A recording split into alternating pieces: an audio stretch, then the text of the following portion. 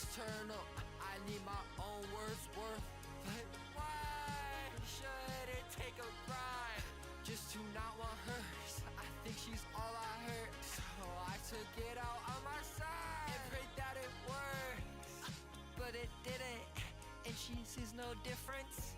I could remove my eyes and still see a burn. So I just made decision to do not get with it. Why do I feel like she's the prize? Well, I'm the curse. I'm awfully livid that I'm the first to get to bridging upon the dirt. Like I see them sitting, but they don't turn to see my indifference about the hurt. If she's all I'm getting, I don't need no bird. I be picturing it up by my side with smirk. Think I'm at the finish, so here's what I learned, is that there's no difference any way I turn, any way I walk, anywhere I go, anything I burn. Difference, no difference. Yo. She can't even see it different. You're on 4. Damn, bro. I kind of want to play so bad. But, I'm at, like, peak energy right now. I just went. It's, like, snowing like crazy right now where I am. And I just went out and, like, ran in it for, like, an hour. And it was kind of crazy. I'm coughing really bad now from it. But I low-key think that that's some W energy to record with. Damn, we gotta run up Fort again sometime though, for sure. Is OG still out? And then you got the mic, but you forgot the XLR cord and interface. What do you mean interface? Like the preamp? Yeah, if you forgot to get a preamp, that's like really. My preamp was as expensive as my mic. Like a preamp's very important. It's almost like annoying.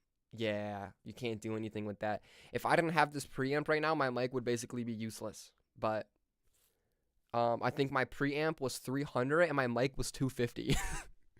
But my mic was on like, it was refurbished or used or something like that though. So normally it would be more, but the preamp is expensive as hell, bro. I would get something. I got a Scarlett if you want that at all. SCAR, I don't know how the focus right. FOCUSRITE. Focusrite, Scarlett, something like that. But those ones are really good. Basically, like, I could scream and it wouldn't peak. Like, ah! I mean, it might because of the settings, but it's not, like, supposed to, like, be bad. But yeah, with no preamp, you're cooked.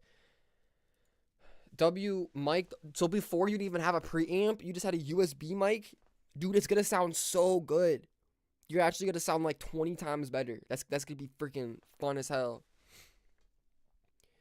But as I was weaning down, oh wait, also, I ordered a second webcam. So I'm gonna have 2 cameras now.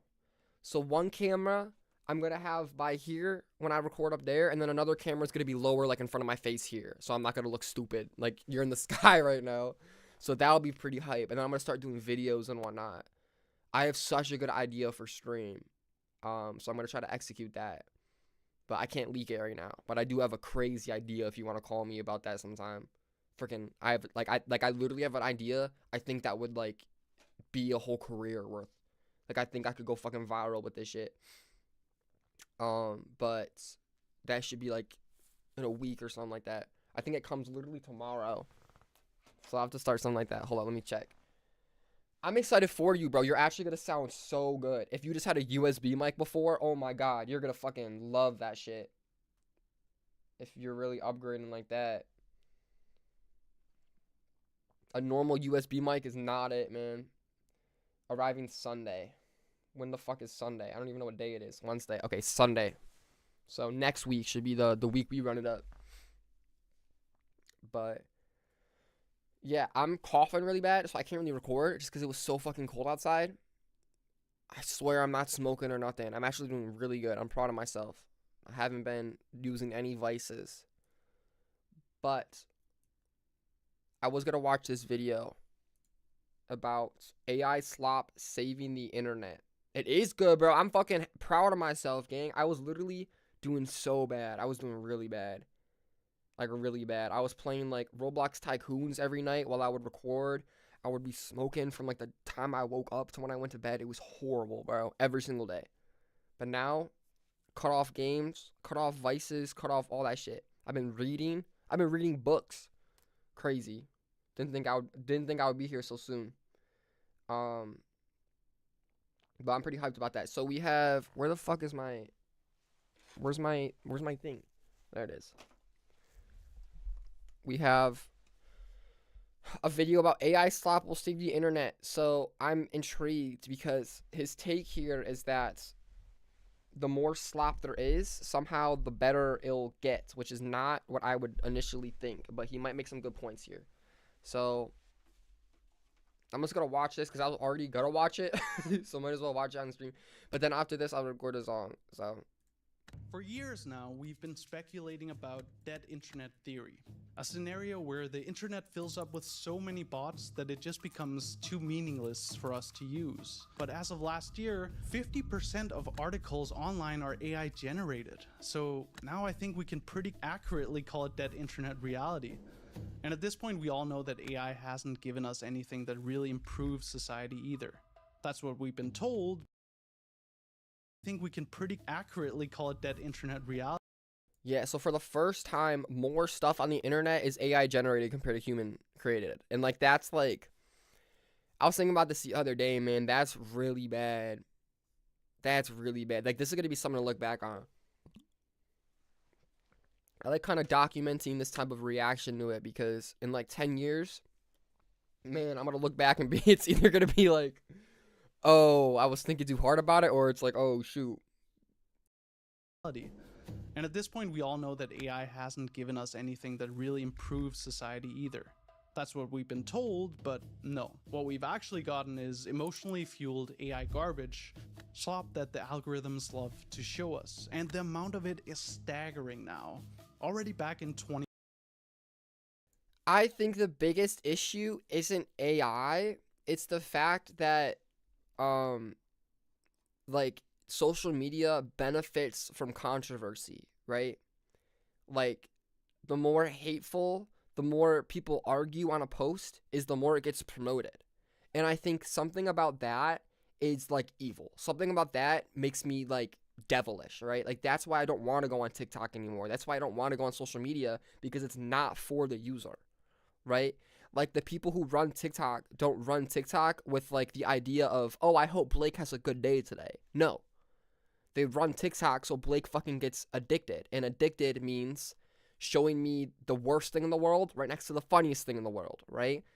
Within the same minutes, I'm watching the funniest thing and the worst thing in the world. And like that's not good for my brain. But they don't fucking care about me. They just want me addicted. So it's like, I think that's the big problem. It's social media ran off of like love and actual like benefit to the user. I think the AI could be more beneficial. I still don't see a point of AI, like videos and all that, right? I 100% understand AI, like talking to it, trying to like, it's better than Google in some cases. But as pictures and videos, I think the only reason why that's ever a thing is to manipulate the audience. Like that's the only reason. Like I don't really understand, unless like, I don't know, because you can't really make art out of it. 2023, estimates from within the industry said that users made 34 million new AI images every single day. Holy shit! Oh my god.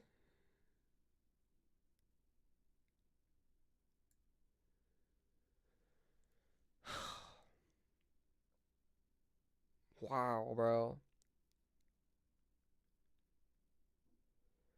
Like, that's weird to think that there's just people in my neighborhood that are just making AI pictures just like for fun. Like, that's so weird to me.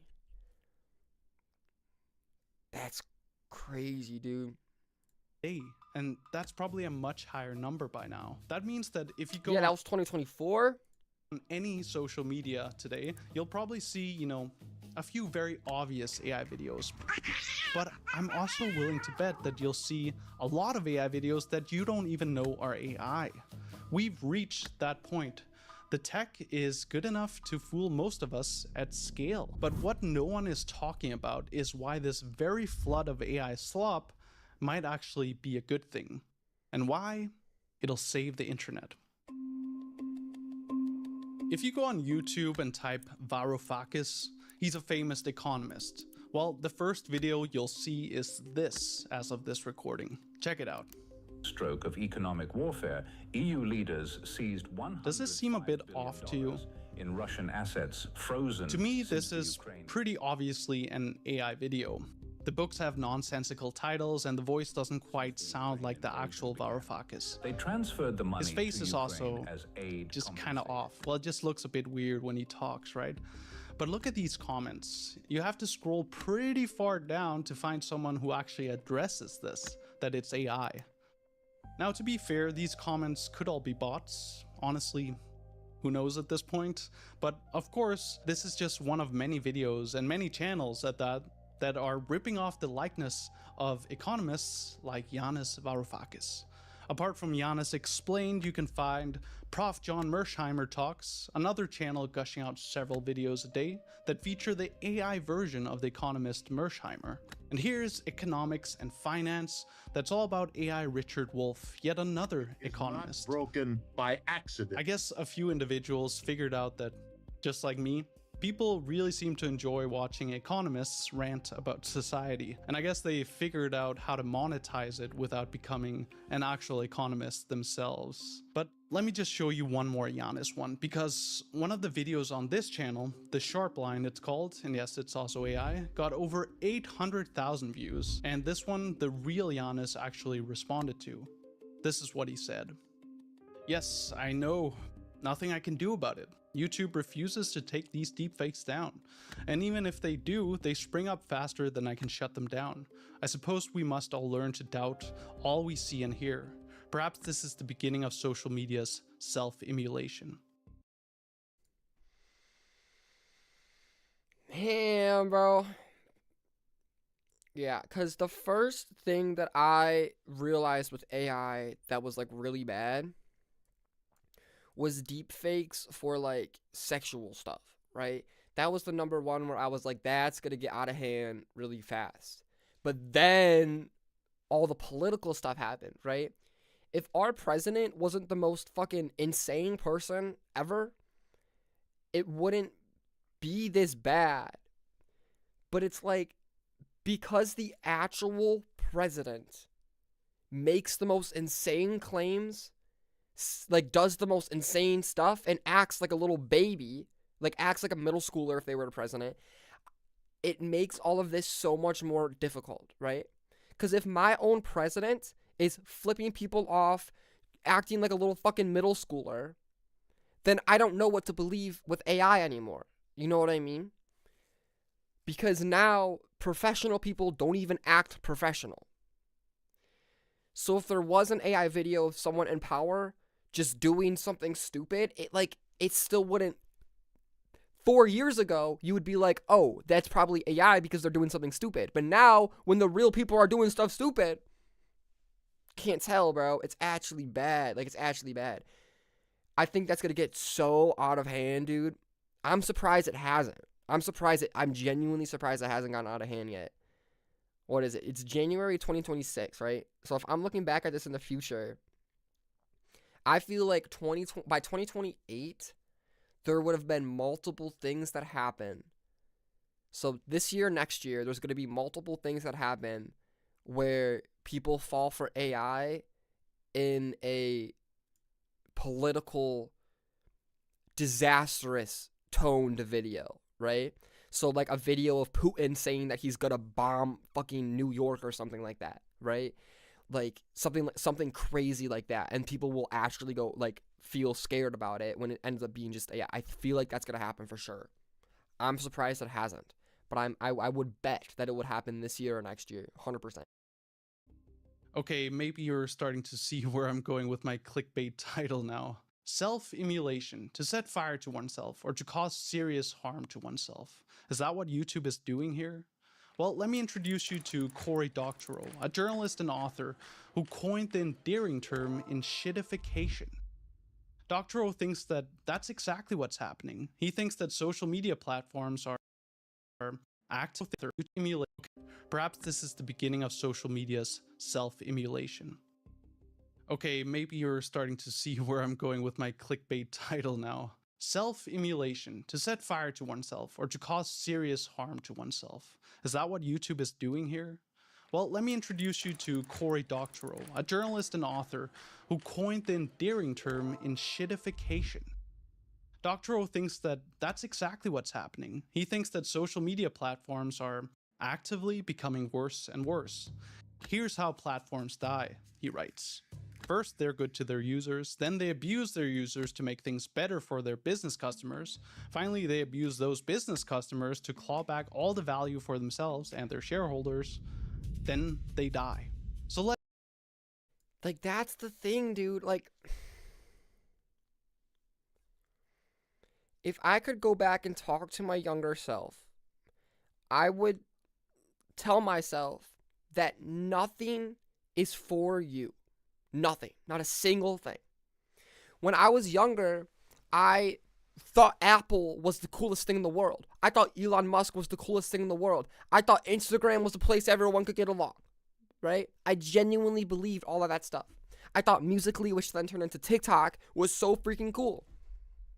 If I could go back and tell myself one thing, it would be that nothing is for you. Nothing is for you. All of it is for profit. All of it is for manipulation. None of it is for you. Like, that's what I would say. Right? Even games, bro. Right? Like a little bit of Fortnite here and there, no freaking problem. A little bit of Roblox, no freaking problem.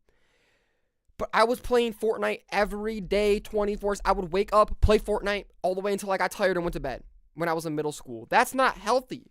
I wasn't learning anything. Yes, I was talking to friends, I guess, but it's like, dude. Like, I would have told myself, things that are fun, things that seem so cool on the surface are not for you. Nothing. It's all for profit. It's all for manipulation. They want to use you. You're the product. That's what I would try to get through my head. Because I still lack that understanding now sometimes, right? Man, bro, like the fact that these social media platforms are suiciding themselves just for more profit is insane to me. Not a single platform that is at the top is going, let's be good to our users. No. It's all, let's run our algorithms on the most addictive way possible. Promote our apps to literal children. People who can't think for themselves yet. Like, it's awful. It's predatory. Crazy to me. Like, it shouldn't be legal. But the reason it is legal is because they pay the freaking government. You know what I mean? Like, the government isn't for you either, Blake. That's what I'll tell myself. Nothing's for you. Nothing. Everything you think is for you is not. Sometimes family isn't too. Like, it's out of hand, man. let's try to do a little thought experiment. Imagine you're the good folks over at Facebook for a second. You know, all the way back before it was Meta. According to Doctorow, this is how you'll go about developing your platform. Step 1. Start by making something people actually like using, like the OG Facebook. You know, connect actual people. Like, remember poking your high school friends on Facebook? Those were simple, good times. But from here on out, it's pretty much just downhill. Step 2. Get everyone's friends on it, so if people leave, they'll feel... Yo, Veer, how are you, bro? Happy to see you here, man. What do you feel about the internet not being real anymore? I'm doing pretty well. It's snowing where I live. I don't know about you, but it's snowing like pretty heavy right now. So I went out and like kind of ran in it a little bit. I had a little fun in the snow. I thought that was fun. But yeah, now I'm watching a video about how AI slop might actually save the internet. And my theory is that because the social media platforms are willing to basically kill themselves just for more profit, they start as something people actually like and then abuse their users and then abuse the shareholders just to get as much profit as possible. I think AI is going to sweep all that away and make a user likable platform instead because of AI, something like that. I don't know how to explain it. But my theory is that because AI and all that, people are getting off social, like I got off social media a few weeks ago. Like I'm not on that hoe anymore. You know, I'll go on TikTok for like 10 minutes a day on my work phone just to check up on like certain things because I feel anxious if I don't, like news related stuff. But the platforms are not for you anymore. So I think the future is either going to be the worst thing in the world or it might actually be pretty fire if people understand how poisonous this stuff is. Left out. Get the whole family on Facebook. Have parents add their kids. Step 3. Slowly add posts people didn't ask for. And remember, start using these new AI algorithms that everyone's talking about to curate your feeds. Investors love a good algorithm. And they're great for getting people pissed off too, and that's great for engagement. Actually, on a serious note here, as an example, Facebook was the main news source in Myanmar back in 2016, and its algorithms basically amplified a genocide there by promoting hate content. That's what I'm saying, bro. Holy, dude. Amplified a genocide by promoting hate content. Because that's what gets the most shares. That's what gets the most comments. Like, that is not... Fuck, bro. Like, I grew up using apps every single day that promoted bad stuff on purpose. That were addictive on purpose. I was a literal child who could not think for themselves on an app every single day, not understanding the fact that it is predatory. It is abusing my brain to try to make me hateful, try to make me want to comment every single post because I'm so freaking mad, you know? Like, that's all, that doesn't make me feel good. That makes me, fuck, bro, that's so annoying. Shit, dude. And it's like, it's not like my parents knew any better. But sometimes I wish they did, dude. I wish they would have stepped in and been like, this is not healthy. I know it seems so fun, but it's not. It's like heroin, you know? It seems so fun. It's not. I'm sure it's not actually going to be that fun. Once you're fucking addicted, like, dang. All because it was good for engagement. Anyway, that engagement is good data though. Step 4. Use that sweet personal data you collect from your users to sell cheap, targeted ads to businesses. But don't tell the businesses you're also showing ads to bots. Step 5. Eventually, you'll get businesses hooked on these ads, and then they can't leave. When that happens... Like, it might also be me too. It's snowing really bad. That probably messes something up. No, you're all good. You're all good. You can start raising prices for their ad spots. Step 6. Buy competing platforms like Instagram. Then you won't have any competition. Antitrust laws or monopoly regulations don't seem to apply to you anyway. Now,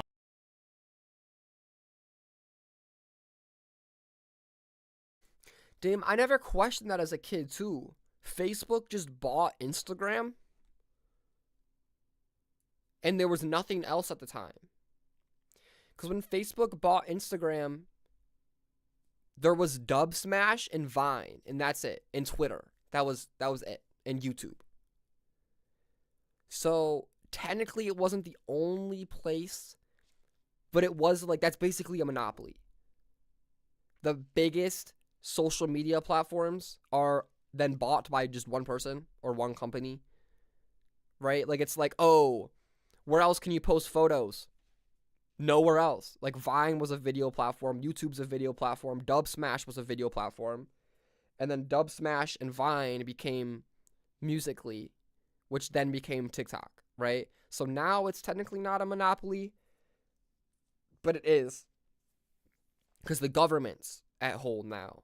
So the government is the monopoly, because the government controls all the social media that's up top. So it's like, dude, That shit. That's the shit when I was younger too. Like when I would learn that like there was stuff in place so monopolies wouldn't happen, I thought that was so cool. I genuinely believed in the world. I believed in America. I was like, that's so fire that we have stuff in place that says you can't be the big bad guy. You can't own everything. I was like, ooh, that's crazy. That's for the people. No, not true. Not true. Monopolies everywhere. It just has a different name. Now, if investors and people start getting a little skeptical of you, well, don't worry.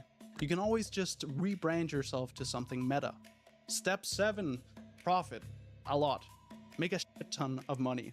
An optional step here, use those profits to buy a neighborhood in Palo Alto and build 11 homes for yourself. Yeah, Mark Zuckerberg actually did this. And because of the construction noise, he gifted noise-canceling headphones to all his neighbors. What a great guy. Or just really out of touch, maybe. Anyway, at this point, your platform is what Doctorow calls a zombie platform. And that's basically what Facebook has become. But you can still keep adding more shit to your pile of a platform, and at this point you shouldn't care anyway. No one new is gonna sign up anyway because everyone who wanted to join is already on it. And for new users, it's pretty much worthless, or worse than that. So just siphon away the last bits of value from your existing users. Seems like everyone is talking about these websites that use artificial intelligence to generate images. And suddenly, 2022 rolls around, and here comes the wonders of generative AI. This actually fits perfectly with your new plan. Now you can start promoting AI slop, and heck, incentivize it too. Give people the ad money they deserve for posting AI slop. In fact, this could actually open up an entire new category of influencers who help other people on how to make money with that AI. You could start a pyramid scheme, why not? There's actually an entire subreddit called AI Tubers, a community of people devoted to adding more AI slop to the pile for some of that sweet money. Funny thing is, unsurprisingly, but funny all the same, all the posts here are so obviously written and responded to by AI. That's just great, guys. But this is where we find ourselves today. Facebook is in the death spiral. Funny thing is, unsurprisingly, but funny all the same, all the posts here are so obviously written and So people go on the AI subreddit, talk about their AI channel, using AI to write the post. That's the one thing too. I literally get emails all the time from like OpenAI or Google, and it's like, hey, help have us write your emails for you. Oh, did your boss send you a letter and it's too much to read? Have us break it down for you and create a response. Oh, did your girlfriend send you a breakup text? Oh, have us come up with the great response to where maybe she will hate you even more. Like, it's like, I don't understand. Who in their right mind is using AI to respond to people they actually know? Okay, maybe if you're at work and you're autonomously just sending emails that are like just getting a point across, sure. But if you ever want to show personality, like in a relationship, in your family, getting along with people like coworkers, why the hell would you ever use AI unless you're a lazy little piece of fucking garbage? You know what I mean? Though, when we're working these slave jobs that are 9 to 5, I understand, right? Like, that's what I'm saying. When you're working a slave job where you literally have no choice but to go into work every day and just have to write emails whether you like it or not, then I understand, okay? But there's times where ChatGPT is trying to make me write, like, a response to my friends. I'm not going to use AI to respond to my friends. What do you think I have friends for? Because I'm real. I'm a person. You're like, that's the type of stuff where it's like, do they actually think, do the people in power legitimately think that a normal person is going to use AI to respond to their friends or family? Like, that almost is like disrespectful. It's like, who do you think I am? I am not a brain dead little fucking molecule. I'm a human. Like, I don't know, man. Man, these people got no lives, bro, at all.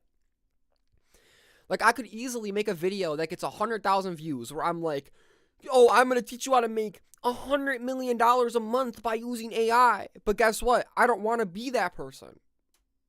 In 20 years, I want to look back at my life and not be like, oh, I was a piece of shit, even if I got rich. I want to look back and be like, I made the right decisions for me and the people around me. You know what I mean? Like, these people got no lives to do this. Even if you make money, it don't matter. You got no lives. You're using people. You're a scammer. Responded to by AI. That's just great, guys. But this is where we find ourselves today. Facebook is in the death spiral of enshittification. There's so many bots on Facebook now that even advertisers are starting to leave. Like, try to go on this other subreddit, r/Facebook ads. It's probably not somewhere you go every day, but half the posts here are angry messages to Meta about how bad it's gotten for advertisers. Okay, now you might also be thinking, yeah, sure, Facebook sucks, but that's just Facebook. And maybe social media in general. It's not. So that's the idea, is that they made something people actually liked. Once people were on it because they liked it, they started abusing their users by promoting violence, by promoting controversy, by promoting hurtful stuff, because that's what gets more clicks and whatnot, and that's what makes them more money. Then they realize they can make a lot more money if they sell your data to advertisers and then have advertisers, pay them to run ads on their platform. And now with AI, they're abusing their advertisers by having bots on their platform, having all their content be AI slop. So now your ads are getting shown between Tung Tung Tung Sahur and Bomberino Alleghino, right? No advertiser wants that. So now they are abusing their own users on their platform, and they're abusing the people who give them money. Like, they're basically just like suicide bombing at this point. They're basically just like, well, we're going down. Like, that is fuck, bro. Like, if I could have told younger me that this was the course Instagram would go, this was the course TikTok would go, I wouldn't have used any of it. But I didn't know. I genuinely believe that it was like, okay, and good for me, right? Like, my sister's probably on TikTok right now. My own family uses social media all the time. My own friends use TikTok and social media all the time. And they don't know that it's predatory. They don't know that the people in charge are not for them. They don't want them to have a good day. Like, it's so fucking, even the people who give them money, they still don't want them to have a good day. Like, it's like, damn, bro. Fuck, like, that's so annoying. Like, I would forever have just wasted so much time in anxiety and hate because of these platforms when that's what they promote and that's what they wanted, Like, they puppeted me. Like, it's so stupid. I didn't even have a brain yet. I fucking hate it. The entire internet. Well, as the software developer Tom East has pointed out, the modern internet has basically consolidated into 5 giant websites, each filled with screenshots of the other 4. 5 techno-feudal platforms to rule them all. And guess what these 5 giants have in common? They're filled with AI slop. Even Amazon, that's not a social media, it's filled with AI book slop. Actually, when Doctorow's own book, Enshittification, came out, it took less than a day for the slop copies to pop up. That's some serious irony if I've ever seen. That's funny as hell. Yo.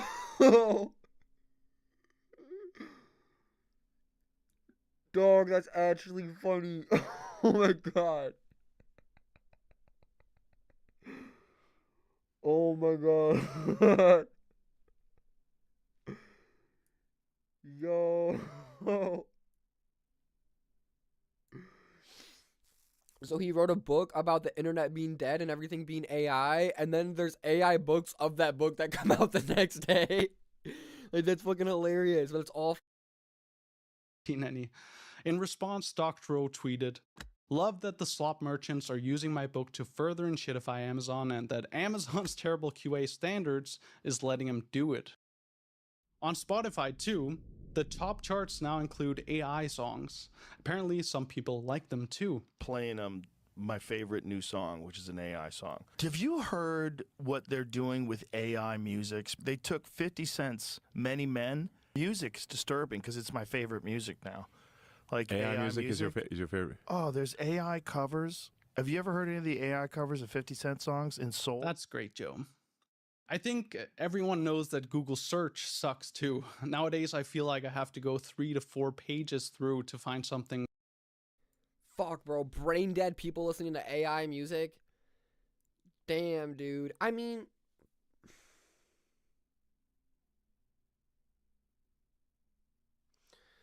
like an AI cover though, fuck, like I don't know how to feel about that. Like if you loved Juice WRLD's voice and now he's dead, but then you put his voice over like a Michael Jackson song and you genuinely liked it better, like I don't know how to feel about that. You know what I mean? Like I wouldn't call you stupid for that. Because what if you literally just liked how it sounded with Juice WRLD's voice better? You know what I mean? But it is kind of like, oh fuck, I don't know how to feel about that. I don't know how to feel about that. I don't know if that's good or bad. That is so complicated. Damn, dude. That's actually useful. And that's because the links are sorted by engagement maximizing AI algorithms. Google had this problem that they had hit maximum growth because they had 90% of the search market. What they're going to do is make Google search worse so that you have to search more than once to get the answer you're looking for. And apparently at one point, searching for William Shakespeare showed this image as the feature image.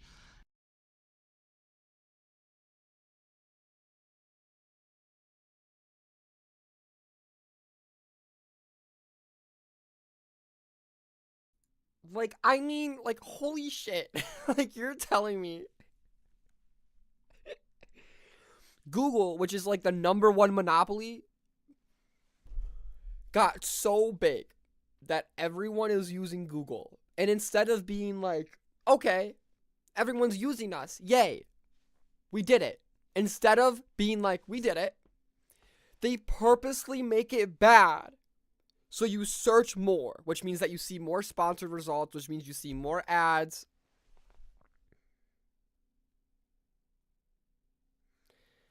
Like, it's not for you. It's not for us, bro. It's not for us. No part of them is like, I hope Blake has a good day. I hope Blake has a good user experience. No. Shit, dude.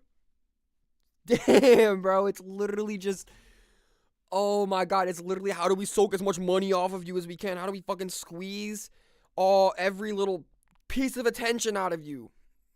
Fuck, bro. That is so annoying. Like, this is the stuff I would never even think about because I'm not fucking evil, you know? Damn.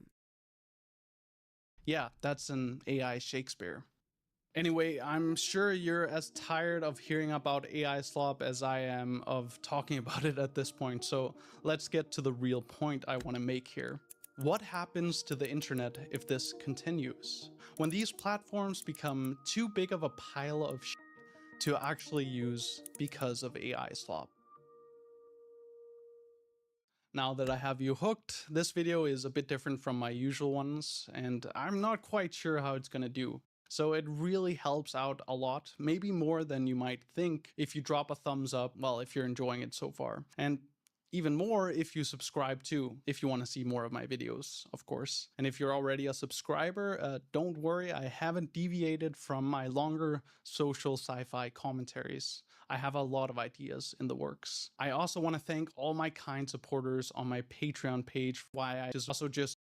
Okay, I'm done shilling myself, so let's get back to it. The internet used to be pretty cool. As Doctorow writes, it came about at a time when we were fed up with a few big retailers deciding on what we could buy, a dozen big publishers and studios deciding on what we could read and watch, and half a dozen big labels deciding what music we heard. And so, born from a yearning to cut out the middlemen and monopolies, the internet arose as a way to engage and do business directly with other people. People who made and did the things we actually liked or needed. It also became a way to be creative and to show that creativity to others.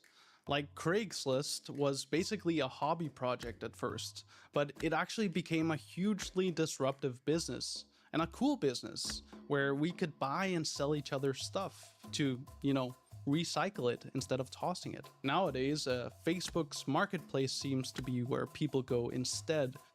But again, even though it might have been good when it came out, now even Facebook themselves boasts about Marketplace's shitty algorithm that ranks its search results based on engagement metrics. I'm basically trying to say that Facebook Marketplace also sucks now. And of course, Meta loves us using it. It gives them the perfect data. Data about... Side note, bro. When I was a kid, I used to always think about how cool it would be when I would play like certain games where you basically would sell something and you would instantly just like sell it, right? And I would be like, in real life, that would be so hard. Like if you could literally have anything you didn't want, right? Like if I was just like, okay, I'm sick of this, and then I can just sell it, like literally within like 10 minutes, that would be so freaking sick. Like everything just has a price.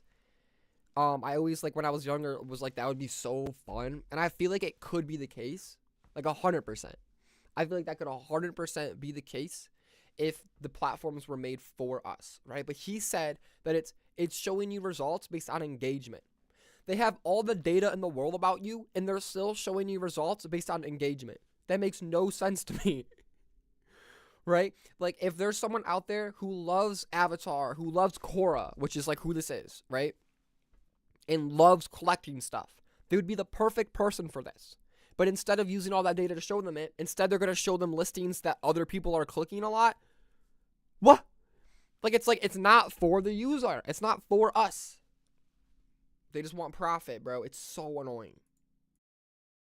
Exactly what we want to buy. But back before AI, you can even make an argument for early social media platforms like the Facebook for being decent websites because they actually connected us to other people. And the feed was filled with news and info that we actually wanted to see from our friends or our families or our local communities.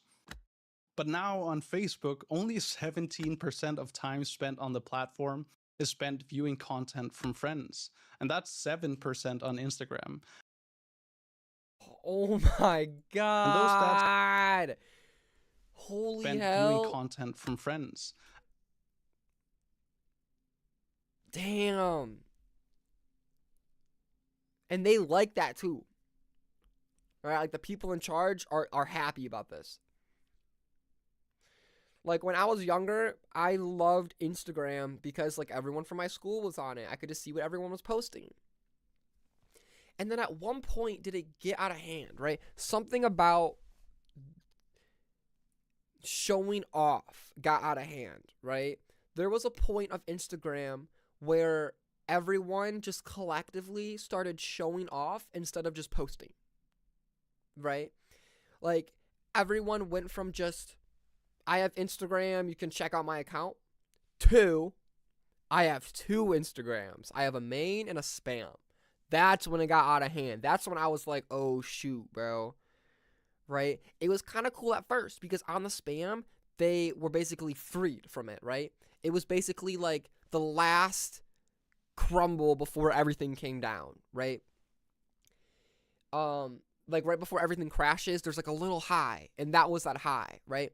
So everyone had a main account only, and then everyone was like, well, everyone's just posting the highlights of their life. That's kind of boring. So the last high before the crumble was making alt accounts, right? Where they can post whatever they want. So for the first time since Instagram was basically like introduced to you, you were able to post whatever you wanted again on your Finsta, on your spam, right? And that was the last high before everything came down. Because after that, it just became like, oh no, everything became acting, basically. It's like, I'm only going to post what I want people to see, not even what I like, not even what I freaking care about. That's when it got out of hand. I remember opening Instagram every single time and just seeing all the girls from my school in bikinis. I would, even in the winter, I would open and just see all the guys with their car, right? They would purposely post up outside of their car all the time. It's like, dude, how do you not think that's cringy? You know what I mean? Like, I feel like if people actually cared about, like, their well-being, they would post cool pictures of, like, something they saw outside. Not caring about how expensive it is, you know? But now it's like the only posts that do good have something expensive in them, have something flashy, have a hot person in them, you know? And I think that's what really brought everything down, right? I remember the age of meme accounts where there was like Balake, there was Spray, there was all that stuff. If you know what Spray is, I also made they scammed me one time. They said they were going to pay me if I made them a profile picture, and I made them a profile picture, and then they took the profile picture, used it, and blocked me. And I was in middle school. I think 6th or 7th grade, not even trying to be funny there. I literally was in 6th or 7th grade. I got really sad about that.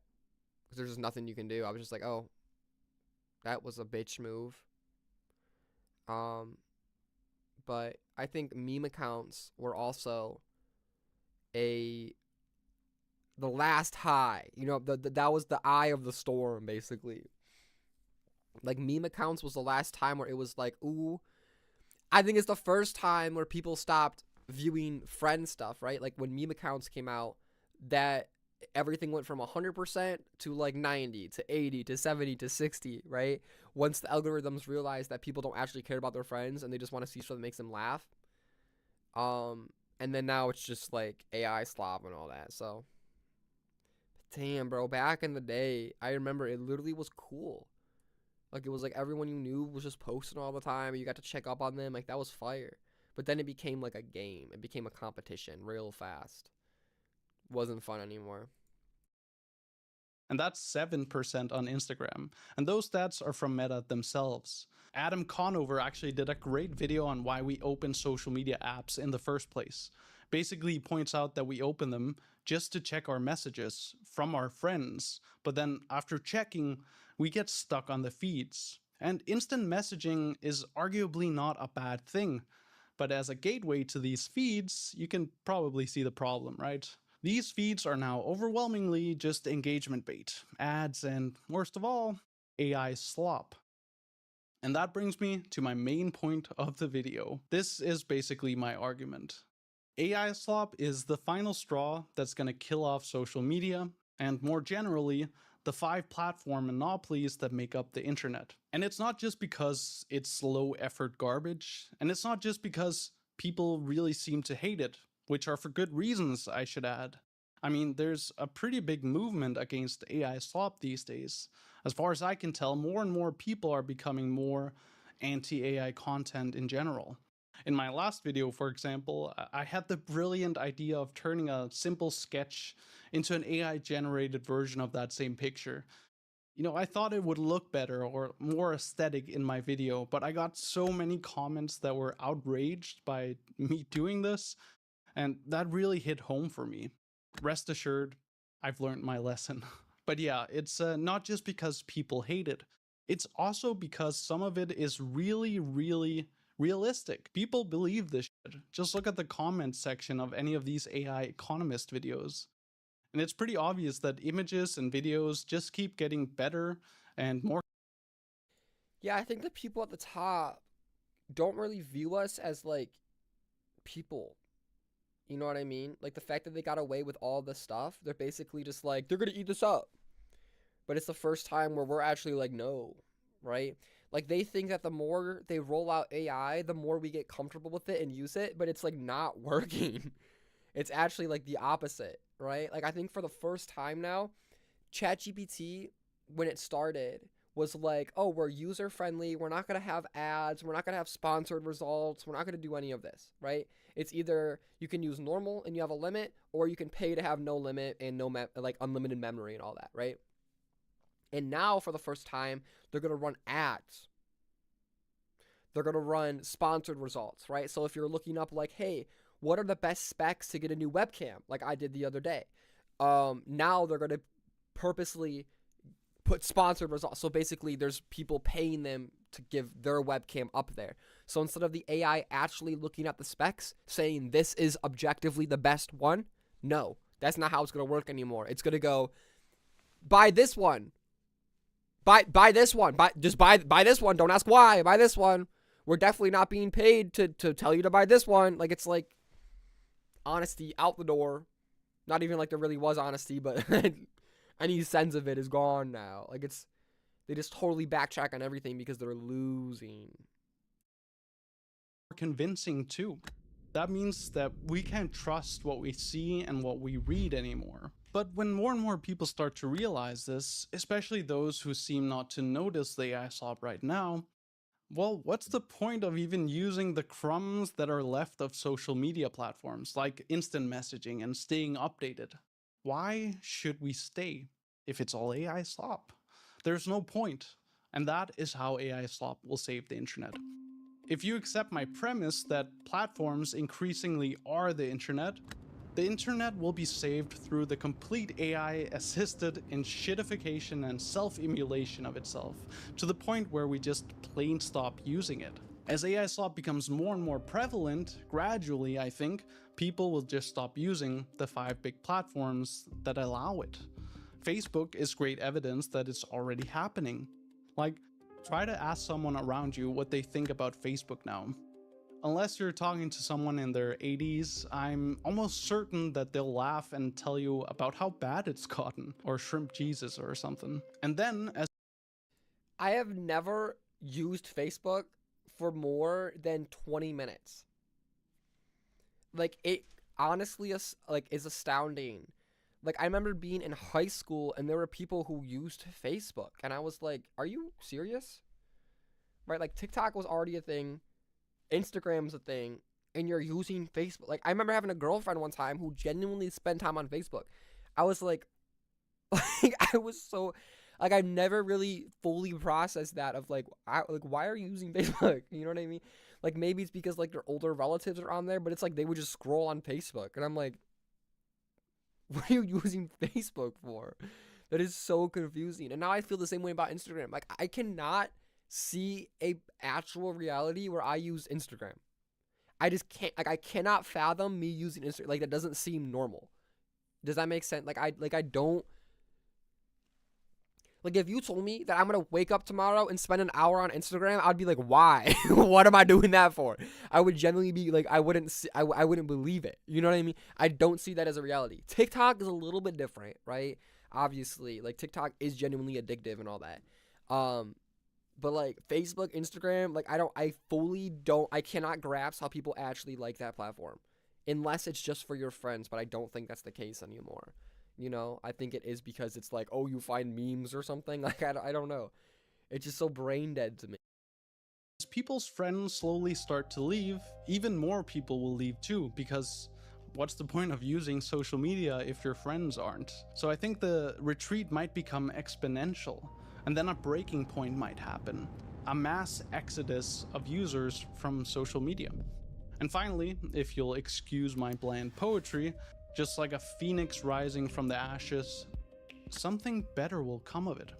Every picture ever painted and every film ever shot could be viewed instantly in your home via an information superhighway. Something like an internet that looks more like it did in its early days. A democratized space where AI slop and algorithms owned by a few techno-feudal lords don't control our information landscape. Now, of course, I have to point out that nothing is deterministic. This won't just happen automatically. There are some really worrying trajectories. I actually discussed some of the important ones in a previous video I did on AI and democracy. I'll leave a card here if you want to give it a watch. But yeah, part of why I'm making this video here is because it's not deterministic. There wouldn't be a point to discuss all of this if the internet just became better automatically. We need to be aware of what's happening, right? And to take action to get this better internet back. So what does that action look like? Well, first, at the higher up levels, we need to break up the big monopolies and start allowing for real competition. That would be a great first step. And for that to happen, some serious antitrust regulations need to be put in place, of course. There can't be any more anti-competitive corporate mergers. Also, the people who actually work in tech industries need to start collaborating and innovating again. Like Doctorow suggests, most of the people who do the engineering for all these platforms hate them as much as we do too. And that brings me to us. What can we do? Like you and me, very specifically. Well, of course, the easiest thing is to just stop using social media that incentivizes and even allows for AI slop. And then the hope is they'll implode or maybe revert to being decent websites again, although that seems kind of doubtful. But they may listen. YouTube, if you're watching this, please start deleting AI likeness videos and AI slop like you do with copyrighted stuff. But we can also start using some of the alternatives that are starting to pop up already now. Instead of Google, for example, there are search engines out there like Kagi or Kagi that don't use an ad-based profit model. Kagi is apparently much better than Google, but it'd be even better if it was a one-time purchase instead of a subscription. That's for another video. Or we can use local sites for recycling stuff instead of Facebook Marketplace, even though it might be less addictive. For news and commentary, we can go directly to the news sites and give them the ad money and work around social media as the middleman. Or you can take this video as your daily reminder to log off for the day.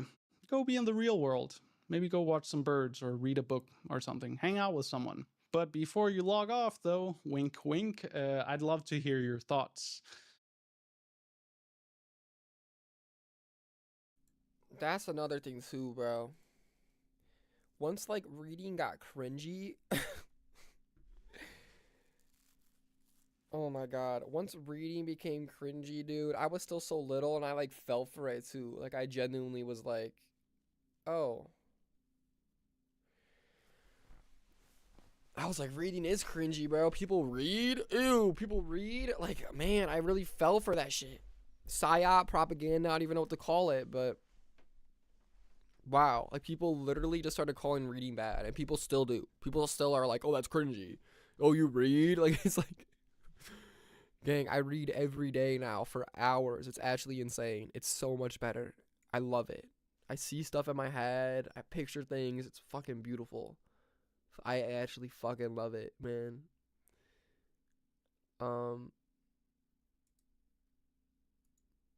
So there's...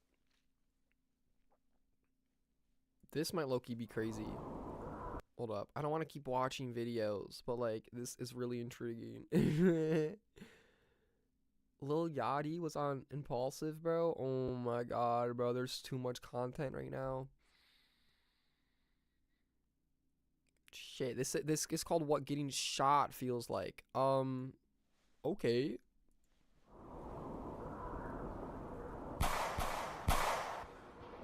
Ooh, that's what it sounds like. 2-ish weeks ago, I got shot, and I just sort of wanted to make a video talking about it because it's my YouTube channel. I can more or less do what I want with it, and so if I want to talk about an experience, I'll just talk about it. I don't know how I'm going to format. Yeah, you do you, cuh. You don't even need to tell us about it.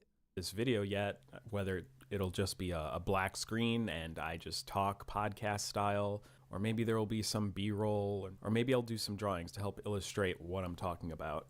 I have a feeling that he's gonna do drawings to illustrate what he's talking about. I don't know where that feeling's coming from. You'll probably find during this video is that I am probably partly to blame for being reckless, dumb, I guess, to an extent. I'll explain why later. So to set the stage, I'm already kind of nocturnal a lot of the time. I'm usually sleeping during the day and up at night. And so on this particular day, I was up late at night and I wanted food. So I decide I'm gonna walk to get Subway.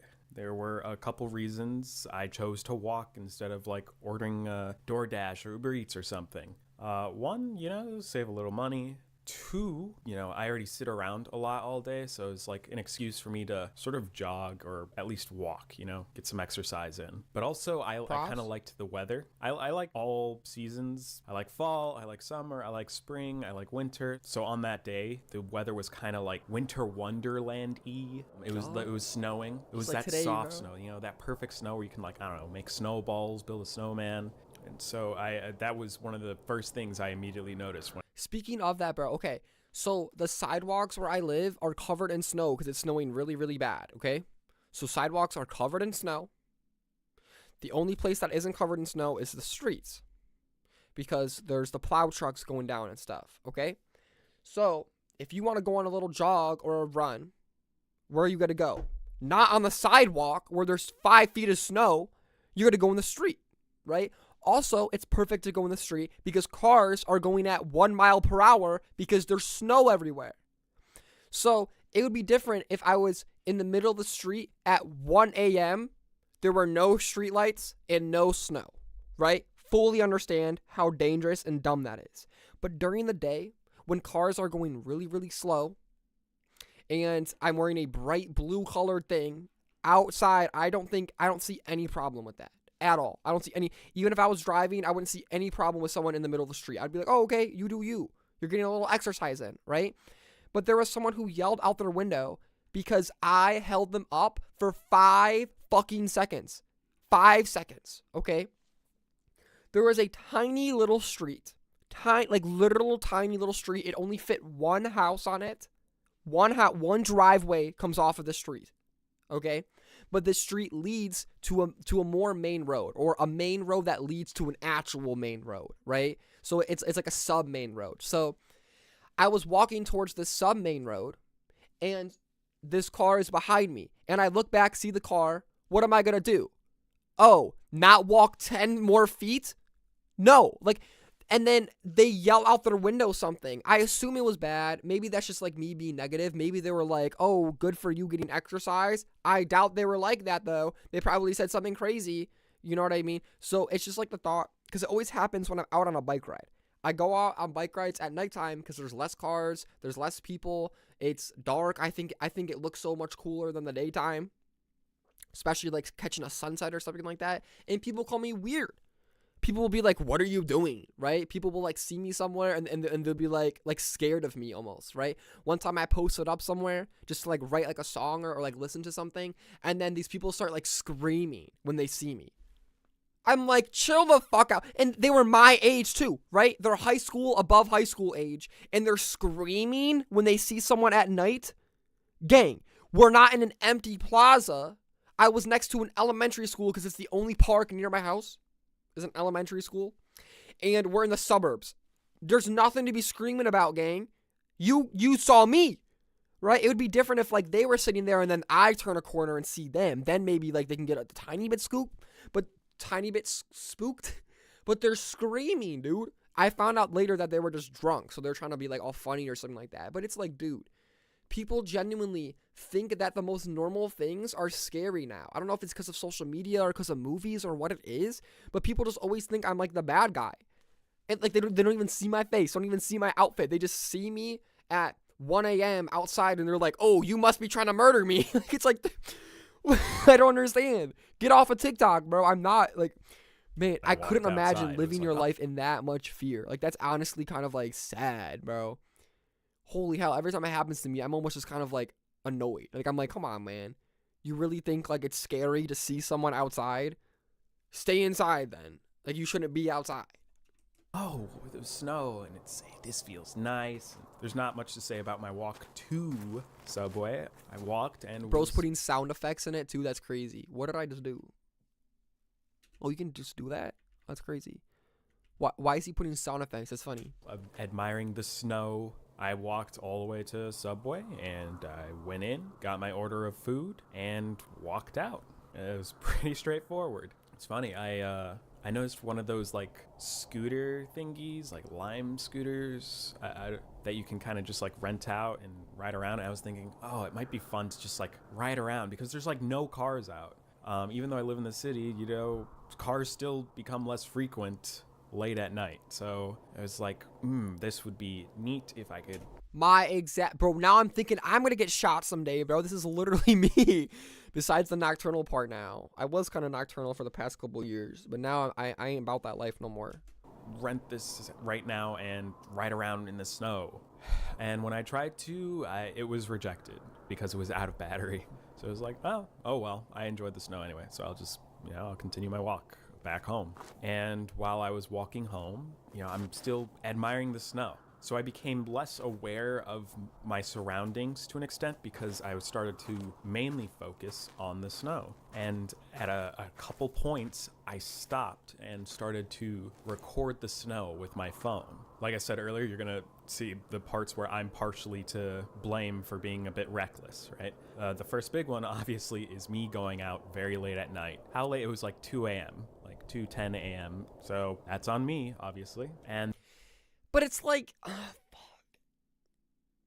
I think I would do the same, right? Like if I was out late at night and then end up getting shot, I would be like, oh, I was so stupid for going out late at night. But that shouldn't be like dangerous. Like just because it's nighttime, you shouldn't have to stay in. Like, you know what I mean?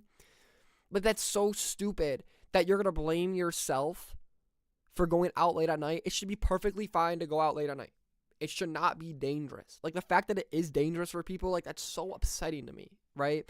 Maybe especially in a city though, I understand why you would maybe blame yourself more. Where for me, it's like the suburbs. Like there's not really, like I have to go a few miles before I would be somewhere where I could potentially get in an altercation. You know what I mean? So I guess that is maybe different just from like my point of view. Like if you're in a city, it's hard to make a city not a dangerous place, especially at night, I guess, and if you're like alone. But it's just so sad how you're gonna blame yourself when it's like, dude, you were just having a fun time, bro. The second thing is me becoming less aware of my surroundings. Not only that, taking out my phone. So, not great street smarts going on right then and there. In my head, it's like, well, I didn't see any cars or anything. I didn't see any people around. It was basically like vacant. It was just me in the snow. So I stopped a few times. Bacon? Oh, hi there. To record the snow. So I stop on one block and record a bit of snow, and then I stop like right under a light and record the snow passing in front of the light. And I walk a bit forward and I see a car pull up at the end of the block away from me, and it's like, well, I don't want to get this car in my shot, so I stop recording. And almost immediately after I stop recording, I noticed that the car did not keep moving. So I stopped for like a moment. And these aren't long moments. This happened very quickly. These beats are very short. So I stopped like when I noticed this car didn't keep moving and people got out. I saw at least 2 people get out of that car, and it looked like they were looking at me. And sure enough, they were. And so I quickly start to piece together what's about to happen. It immediately like clicks when they yell at me. From a distance, they yell, "Hey, what you on?" And I don't know how, because they were at a considerable distance from me. I don't know how, but my brain picked up on the fact that the one that was shouting, I assume it was the one that was shouting. It was kind of hard to tell since there was more than one and they were far away. But I could see something in his hand. And my brain immediately said, that is a gun. Fuck, oh my god, that made my heart rate go up so high. Yo, dude.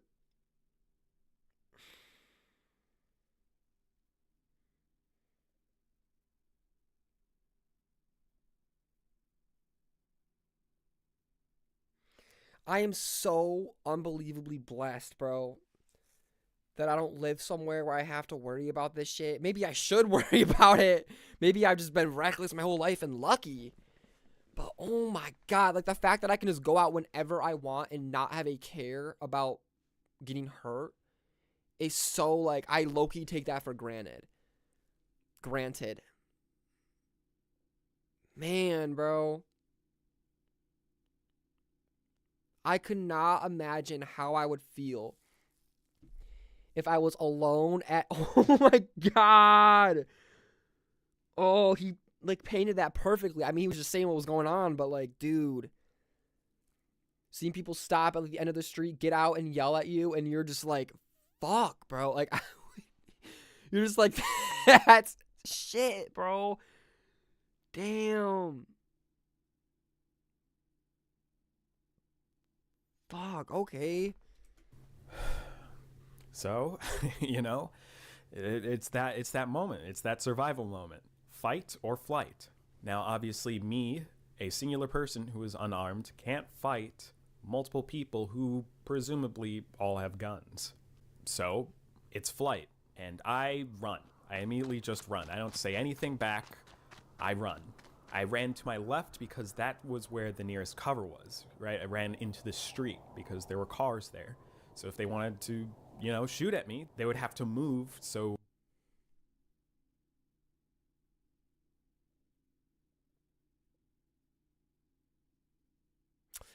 ooh. See, I'm sure, yeah, he definitely, like, is like, did I do the wrong thing? That's so upsetting that you gotta, like, almost blame yourself when it's someone else being fucking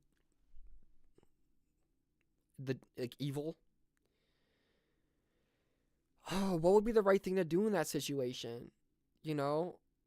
I guess it just depends on, like, I don't know, like, it would depend on, like, how strict their voice sounds, how many people, like, I don't know, dude.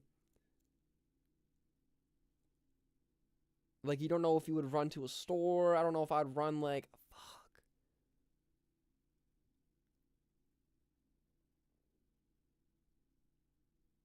Man. Like, I would have to. And then, like, what would you even say? You would just be like, hey. Because that's what I do now. Like, if I'm ever out at night. Like, one time I was out at night at this playground I was talking about. And I was just walking around the place just listening to music. Because I was checking up on my mixes I was doing. And these two people were behind me yelling at me. They're like, hey, what are you doing? And then I literally just, like, I didn't want to shout because I hate, like, yelling. So I just walked up to them, and it took, like, 30 seconds. They just stood there, and I just walked to them. And then I was just like, yo, I'm listening to music. And they're just like, oh, okay. and then I went back. Like, it was the most, like I took longer to walk towards them than I did have a conversation with them, telling them what was up. Like, it was like almost like I was like, do you think you're the neighborhood superhero or something like that? Like, chill out, bro. And just a random person, you know. Like, I feel like if someone wanted to be violent, you'd be able to tell. They'd be walking weird. They'd be carrying some weird, you know. I was just there, you know. Had something on my head. I just looked normal. Kind of. I would be in view again. Maybe that saved my life, maybe whatever. Maybe there were better options. The other option would be to turn my back to them, which in my head is not a very good idea. And almost immediately after I started running, one of them yelled, "Don't run." Like, hey, don't run. And immediately after saying don't run, I hear shots.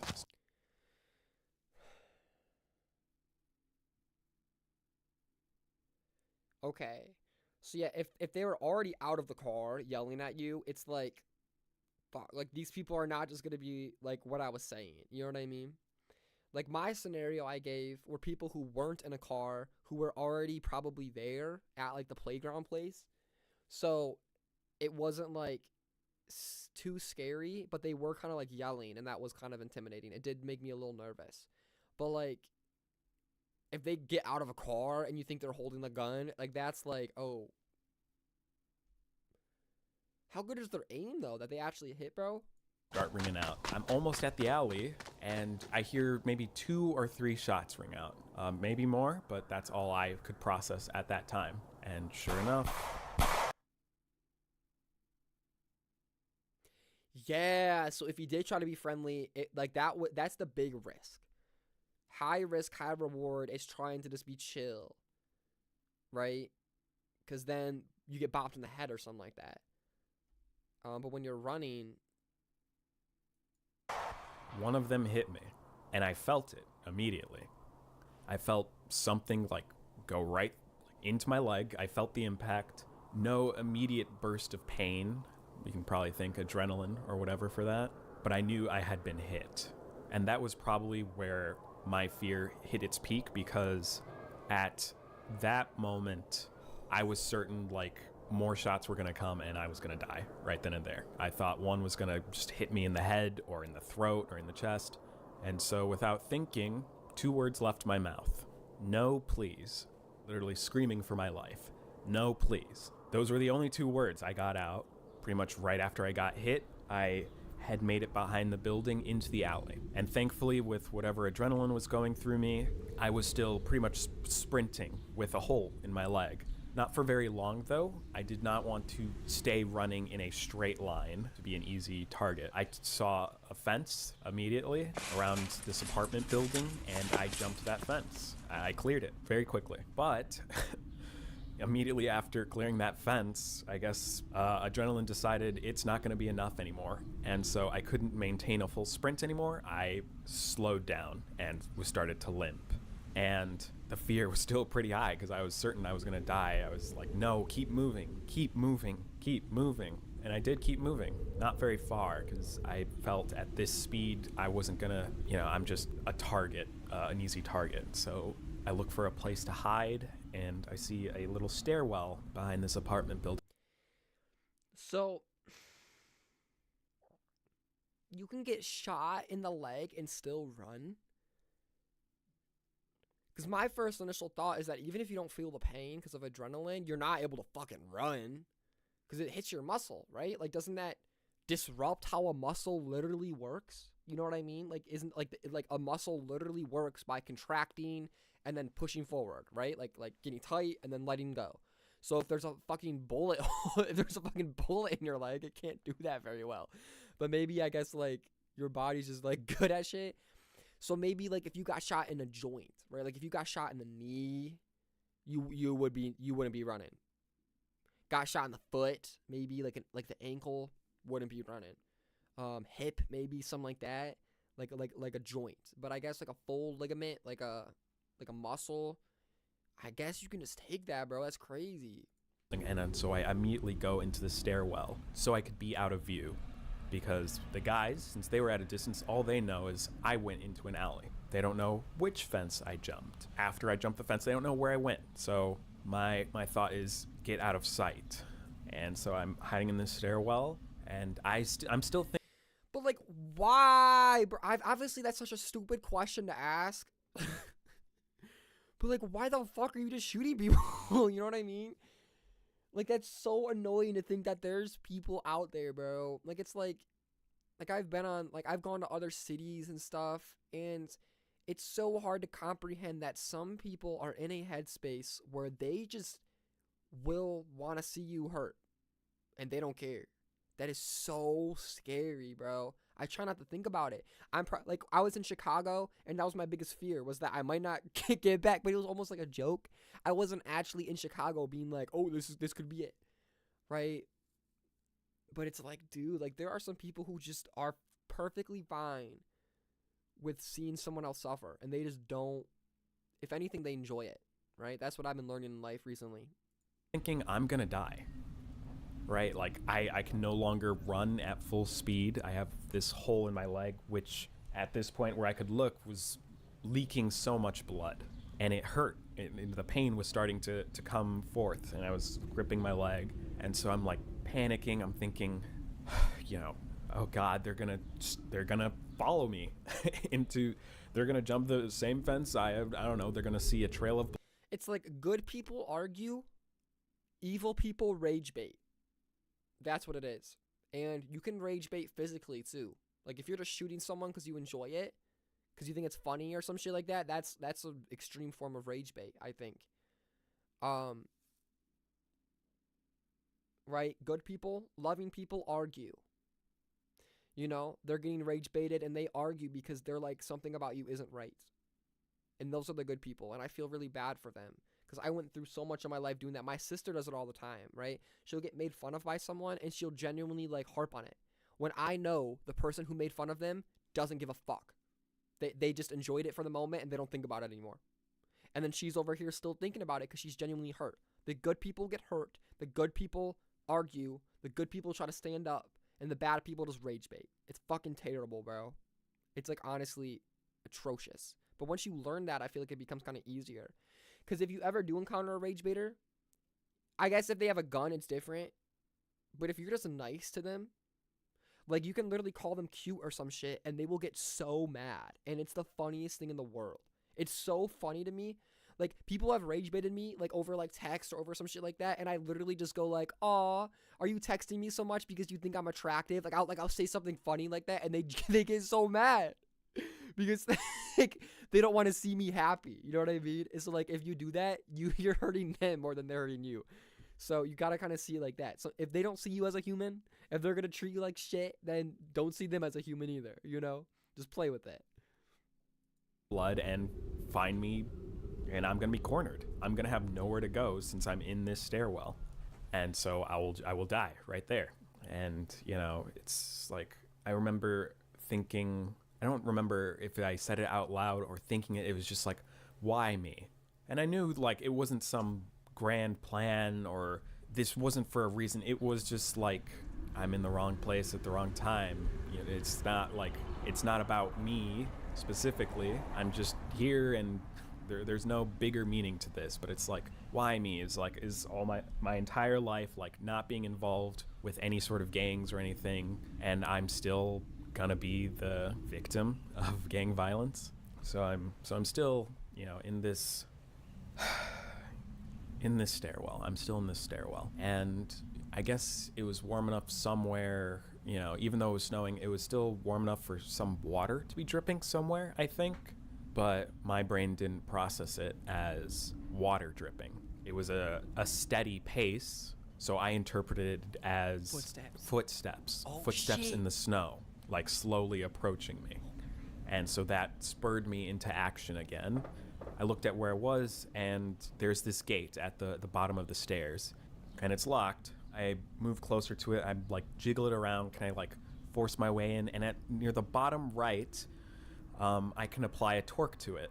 It's like giving way enough where I felt I could squeeze past it, and I do. I force myself under it, and you know, keep in mind, I'm thinking they're approaching me, so I need to get through it, and it feels like a horror movie because my jacket gets caught and I'm like pulling against it, and I'm like I'm pulling all the strength my body has, and so I pull it out, and I didn't know it at the time, but like I had basically tore my jacket. Like I just tore it right through it, and I was like, okay, I'm in here. It's a locked thing. They would presume that if I'm not there and it's locked, then I must be Not the Montclair, bro. somewhere else or whatever. I don't know. I was still worried about just getting out of sight. So, you know, they probably heard the gate jingling or whatever. So I need to keep moving. So I crawled, and I'll try and put a visual to help describe what I'm talking about with this space, because it's hard to visualize. So there's a corner past this gate. So I go past that corner. So I'm completely out of view, and I'm just waiting there silently. I'm listening, and I hear the steady dripping. And now I finally process, like, okay, I think that's just dripping water, and they aren't here. They didn't come after me. Cool. Well, I guess the threat is gone, except my leg is bleeding so much. There's so much blood. I don't work in the medical field. All I know is you can die from like arteries in your leg being like cut open. So my thought was, I'm going to bleed to death now. Yeah, what I would do, I mean, even though it's freezing, your number one thing is definitely to cover the wound, right? Take the jacket off, you just ripped it, and tourniquet it around that leg as tight as you fucking can. That would be my first, that'd be my first move, even though it's freezing. But you would have to give up one for the other, you know what I mean? Hypothermia versus death. That's bad. It's like, okay, I'm bleeding, I'm in pain, I'm feeling like lightheaded as well, and starting to even feel a little sleepy.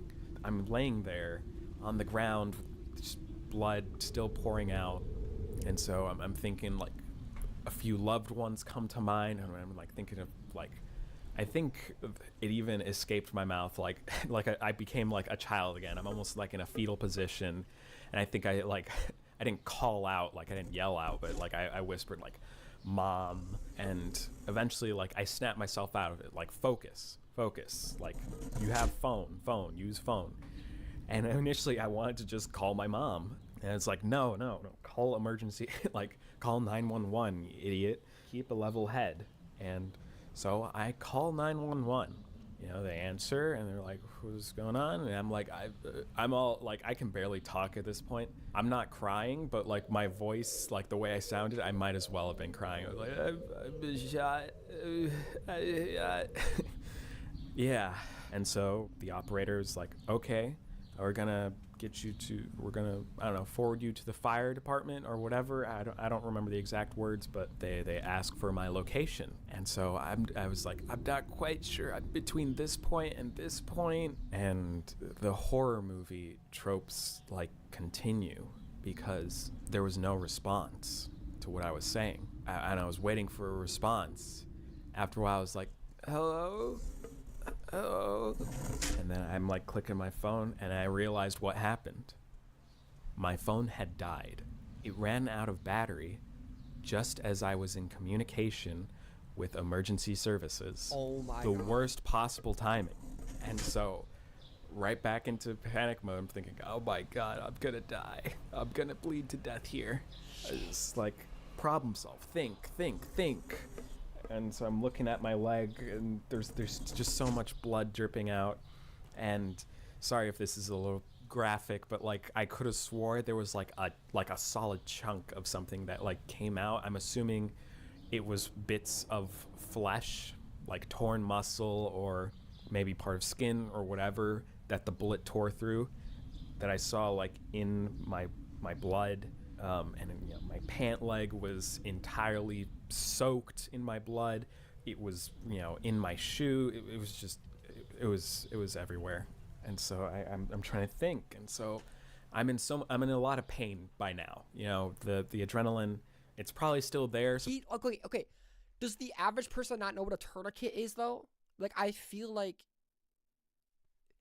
if you get shot, your first instinct is tourniquet. No, well, obviously get away from the threat. But like, if you're in like a place and you're like, okay, I'm still bleeding, tourniquet. No, I don't. Is that not other people's first thought? That'd be my first thought. Take the jacket off, tie it as tight as you can around the wound. No. Pressing a lot of it, but like it's enough pain where I don't want to move. I remember thinking, I just want to go to bed. I'm tired, but I'm still trying to think. And I look at my pants, and so I take off my left pant leg, attempt to wrap it around my right thigh, and try and make a tourniquet. I'm not. Banger. Okay, you should have done this a second ago. But I guess it does make sense to try to call 911 first. That don't work, tourniquet. Okay, but I do think tourniquet is always the first thing you do. 100%. If you're bleeding out, tourniquet. Always. Sure how it's said, sorry. But basically, I was trying to wrap it around my leg to cut off blood flow so I wouldn't lose any more blood. You know, good idea in theory, I guess, but I have no medical training. I don't know how to make a proper tourniquet. So my thought was just... Damn. See, my thought was the jacket because you have the arms, right? You wrap the jacket around your leg and then you tie it as tight as you can with the arms, right? I think that would be a banger. Tie it tight, and I couldn't even do that. I didn't have the strength for it. It was cold, and I was losing... You right, though. It is freezing outside. And you just got shot. Oh, that would be difficult. I don't know. Strength, so I like attempted to tie it, but even then I knew like that was no good. And so I still lay there, I guess, for a bit, and I'm like thinking, looking around. I see a door. I try jiggling the door. The door's locked, of course. I'm like, okay, this is an apartment, or you know, they've got something somewhere. And so I look around and I see a little ledge. And, you know, it's been 2 weeks at this point, and believe it or not, it was a high-stress situation. So I don't remember if I crawled or if I was able to get to my feet. I want to say I was able to get to my feet and, like, limp over to this ledge. I make it to the ledge, and I climb on top of it, and I see windows. So I crawl over to the window, and I break it. I am attempting to break and enter to reach people. And, of course, on the other side of the window is just wood. I try banging on the wood a bit to try and see if I can push it. It's a no-go. So again, once more, I'm thinking, this is it. Like, everything I try just keeps not working. I'm doing my best trying to think myself out of this situation, and it's not working. But I didn't give up. I literally said to myself, think, think.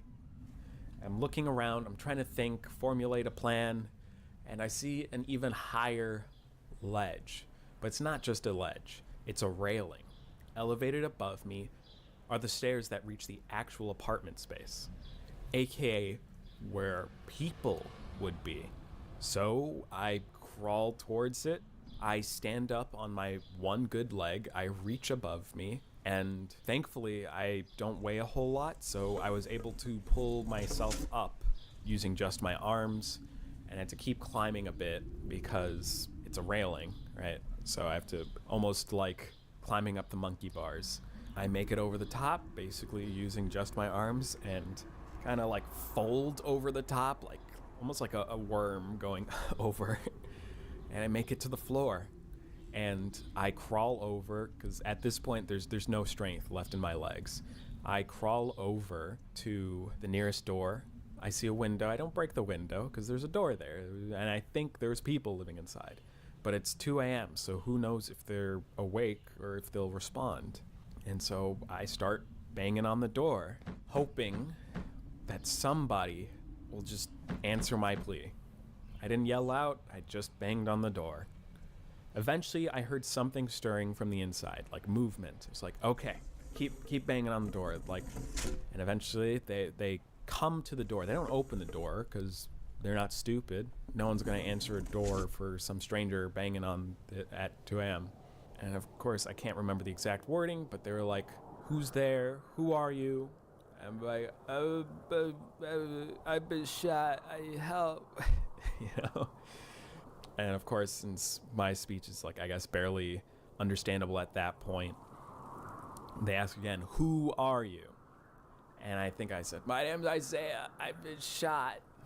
And I had reached an area that should not have been accessible to anyone who is not living there.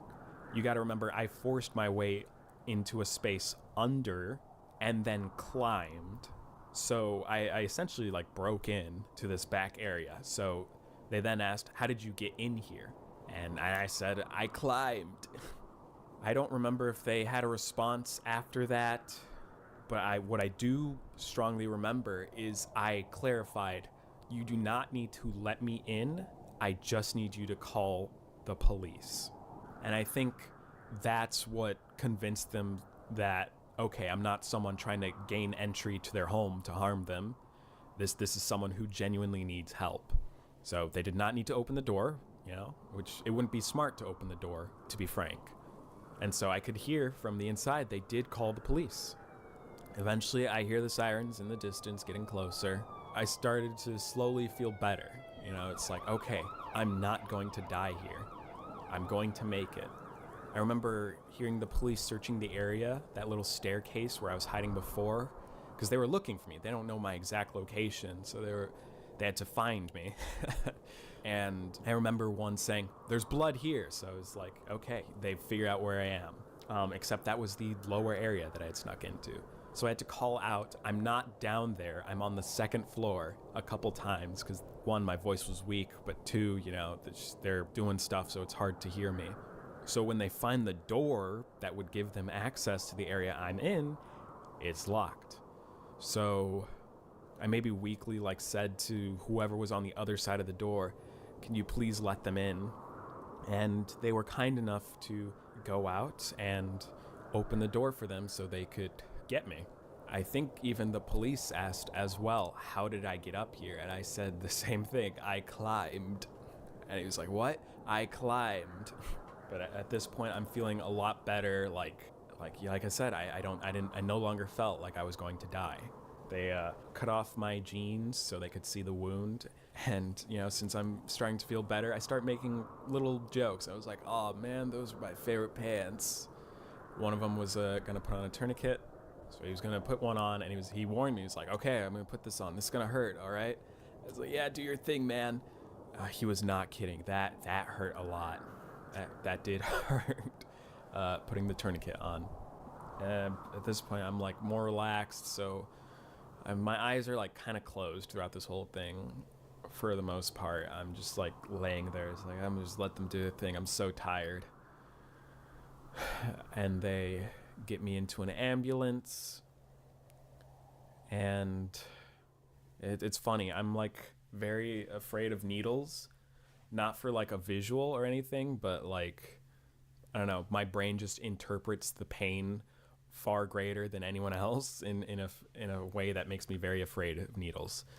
Like I do not want to be stuck with one. I can look at one. I don't want to be stuck with one. So in the ambulance, a guy, I saw one of them like approach my left arm, and like I immediately knew because it's like just doctor, like immediately reminded of like a doctor's office or something. It's like, are you trying to put in an IV or something? And he's like, yeah. I was like, can we die? I'm afraid of needles. It was funny because he was like, you just got shot in the leg and you're afraid of needles? And I was like, I know, it's silly. I know, but just could I not? He's like, and I appreciate it. He respected my wish. And he was like, all right. So I make it to the hospital, and, they're checking my wounds and everything. And since I'm such a prude, I didn't let them remove my underwear until they like covered me first, because I didn't want anyone like seeing me. Yeah, they were checking the wound. They were doing x-rays to make sure it didn't hit my bone or anything like that. And they told me I seemed pretty lucky, all things considered. Like, unlucky situation, of course, but according to them, no major arteries seemed to be hit, no tendons were hit, and no bone was hit. So it was just like the calf muscle and, the nerves that were in there, but, it didn't hit a major nerve because I could still move. Holy hell, bro. Wow.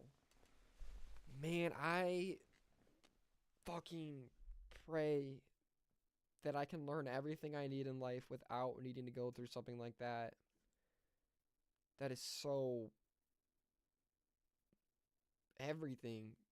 Stressful, anxiety inducing, all of that, man. My feet and toes and still feel down there. So I was in pretty good condition, all things considered.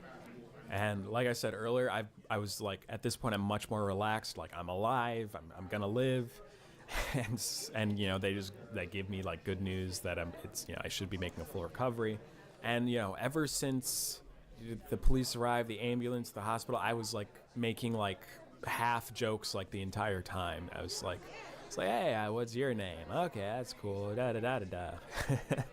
I remember asking two of the people that were in there, like, on a scale of 1 to 10, like, of all the gunshot victims that come through here, like, how funny am I compared to them? I believe the nurse, she gave me like a 10 out of 10. She was nice. Didn't want to hurt my feelings or whatever. And I think the X-ray tech, he was like, I'll give you a 7 out of 10. Bro, who's going? Yo, I know. I know I just got shot. But how funny am I compared to the other victims? Got some funny people that come through here. It's like, fair enough. Yeah, so the story's getting close to ending, but there are some more details I'd like to describe. One was they wanted to see if I had a ride, because if I didn't have a ride, they couldn't give me like something like morphine to help with the pain. So I tried calling my mother, and it's really late. I think at this point it's like 4 a.m. Yeah, she didn't pick up because obviously it's 4 a.m. And sometimes with our phones, it's a weird thing. Like, sometimes it doesn't even show that someone is calling one or the other. So after a few failed calls, I was like, okay, who else do I know in my family who can drive? So I call my brother. And so it took a few tries, but he did pick up. I said something like, I'm sorry to bother you. And then I like say, like, I got shot in the leg, and I need a ride. He's like, you got shot? It's like, yeah, I got shot, and like, would you be able to give me a ride? And he explained, unfortunately, he's not in the city at that time. So it's like, okay. We consider our options, and I say, I'm going to try mom again. And when I call her again, this time she answers, and she's like, what's going on, whatnot. And I try my best to like lighten the blow. I'm like in like almost a comedic way.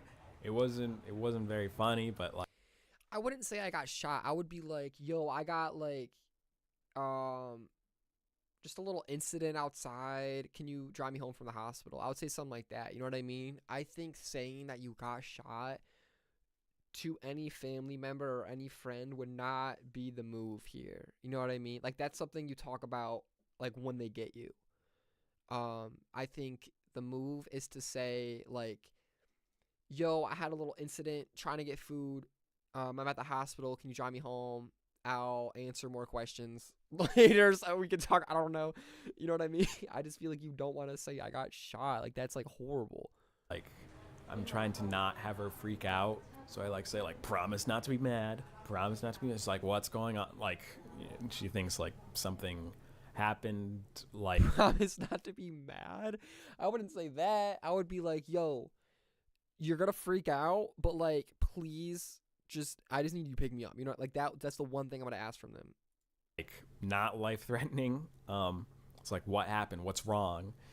And so it's like, don't be mad, but your child, your baby boy may or may not have gotten shot. I delivered it something like that to try and, make it lighthearted. It didn't work at all. Immediately, she's like starting to freak out and, tear up and cry. I would also establish your well-being before you even say what happened, right? Like, I would establish, hey, I'm at the hospital. I will make a 100% recovery, right? That's what I would say first. And then, of course, they would be like, what? What happened? What happened? What happened? And if they're freaking out about it, I would be like, hey, not important right now, but I promise you I'm okay. That's what I would try to say. Is that, like, I'm just okay. I just need to arrive from the hospital. You know what? I think saying what happened is not the move until they see you in person. Then it's the move. And it's so funny because I didn't cry when I got shot. I didn't cry when I was huddled on the cold floor, bleeding out, thinking I was going to die. But hearing my mom cry, that was it for me. Like, then I started crying, just tears flowing down my face. Another funny thing about it is, like, when I came in, they put the monitors on me, whatever, they can track my heartbeat. It never reached a point where any instruments were going off at any point. When I started crying, my heart rate spiked so much that like equipment started beeping, and I saw on the monitor like it was kind of flashing red. So a staff member came back and was like, "Is everything okay?" I was like, "Yeah, it's okay." Like, and I said, like, I think I couldn't get words out at the time. I like nodded. So that was the moment that I guess made the waterfall come. And after a few minutes, I recollect myself, and yeah. Eventually, my mom arrived to pick me up because I didn't need surgery or anything. So they basically like put saline on the wound and wrapped it, and they're like, "Yeah, that's it. You're good. You go." Which, it's kind of thankful in some aspects for me specifically because I wouldn't want to stay in a hospital. But it just makes me wonder, like, what about the people who don't really have, like, I don't know. Not everyone has the luxury of their mom coming to pick them up in their mid-20s. So it's like if I was like homeless or, just alone, I would have basically just been put on the street with this gunshot wound. And I wasn't given like crutches or anything. It was kind of difficult to get back. Like they gave me a wheelchair that I could use to get back to the car. But outside of that, like it was on my own. Damn.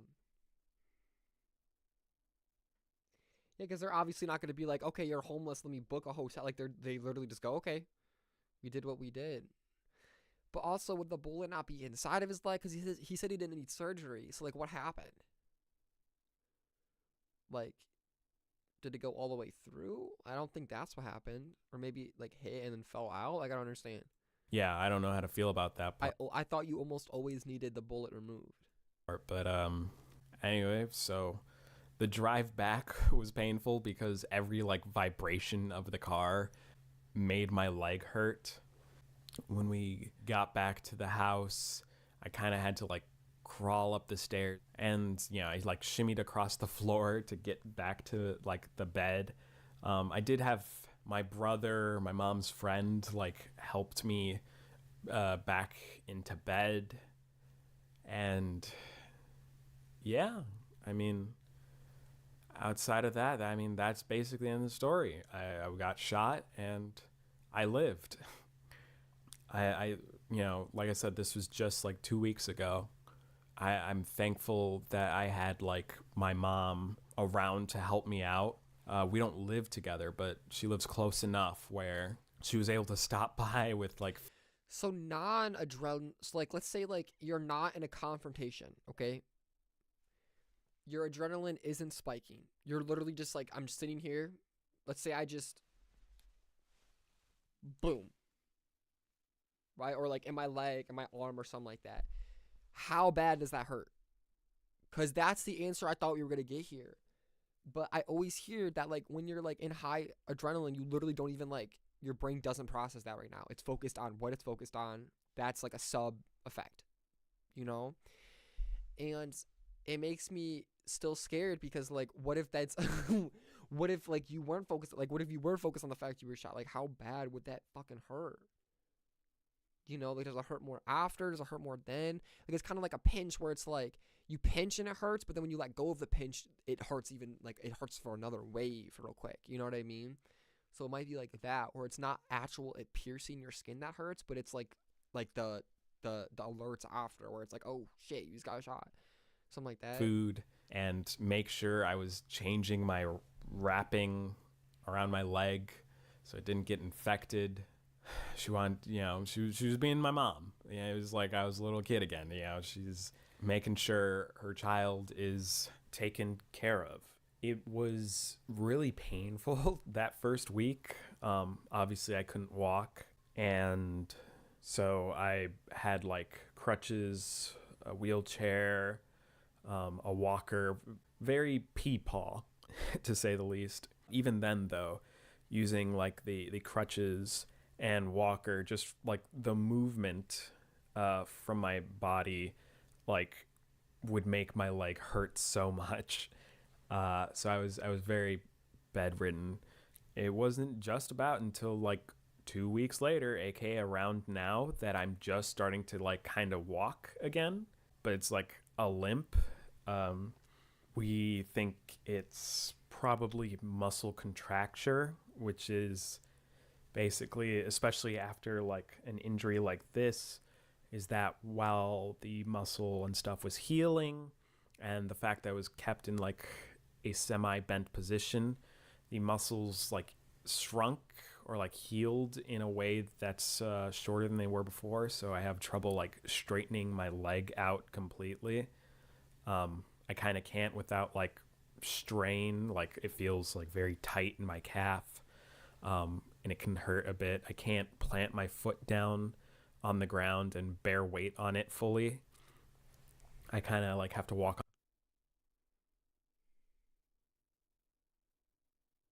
Can't squat, but he can do everything else. Okay, that's good. That's on the good. ball of my foot and limp.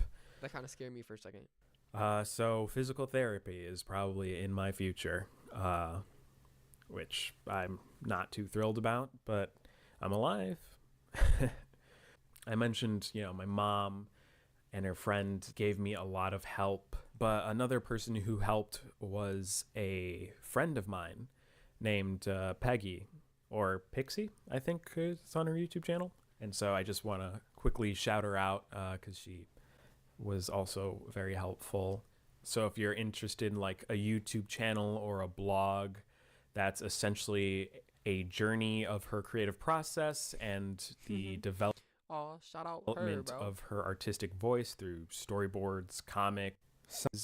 Part Sorry, of things maybe I didn't notice, and they circled back around because we have a little bit of video footage, no video footage that can, really help because I didn't Wait. notice. And with my phone out, we think maybe they saw me shot, having stop yapping is part of what probably got me shot. Having my phone out is some bits of extra info before I stop yapping is part of what probably got me shot. Having my phone out is we think maybe they saw me with my phone out, like they passed me in their car and I didn't notice, and they circled back around because we have a little bit.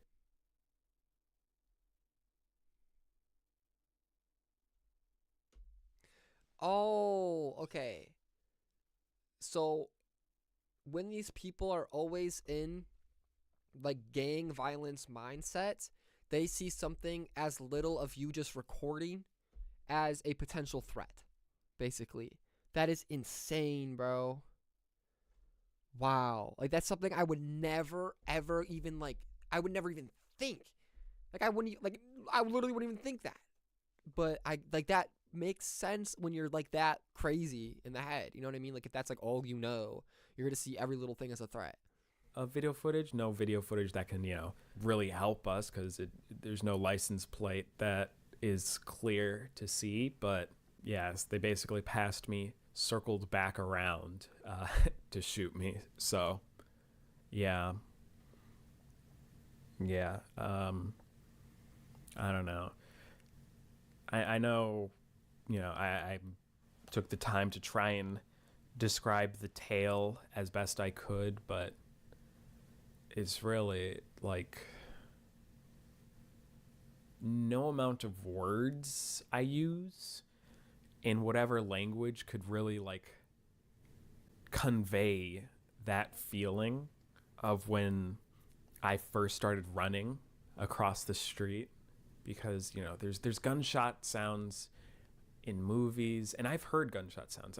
In fact, I hear gunshots fairly frequently. When my friend Peggy visited on, sometimes she mentioned that there's a lot of gunshot sounds in the distance quite often around here.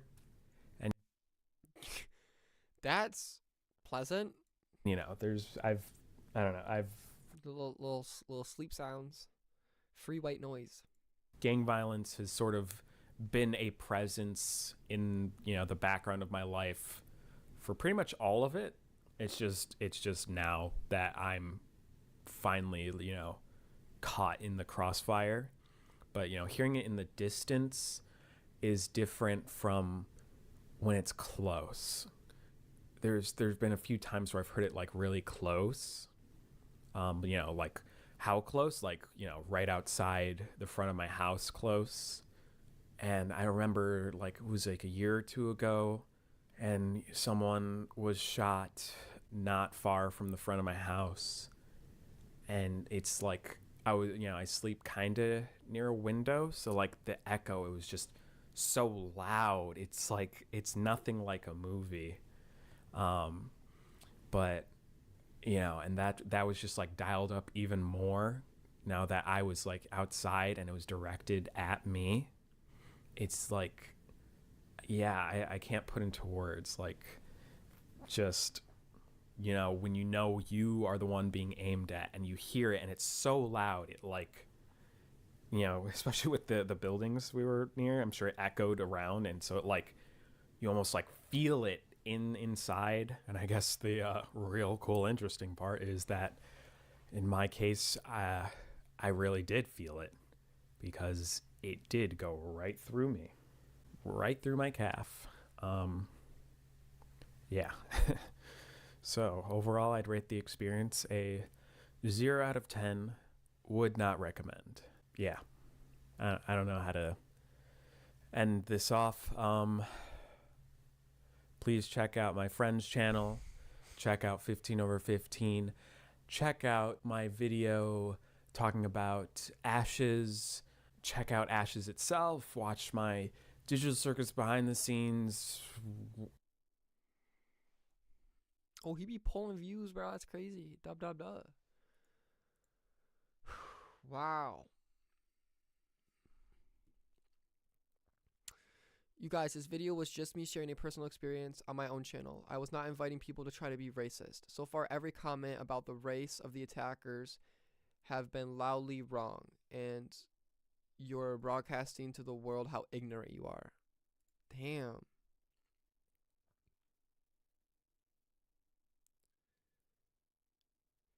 You may have heard about this via my other socials or through some YouTube short that was made about me floating around called A Digital Circus Animator Was Just Shot, that has amassed over 1 million views. But yeah, I got shot in the leg. Since this has happened, I've honestly grown paranoid, so I might not keep this video up permanently. But I wanted to share my story of how it happened. It was terrifying and honestly awful. We live in a world where the sword thing is uncommon. That's what I was first thinking. Like, the fact you're gonna blame yourself to even be like, oh, I shouldn't have went out that late at night. Like, it's like, dude, that shouldn't be what life is about, bro, you know? Like, at all.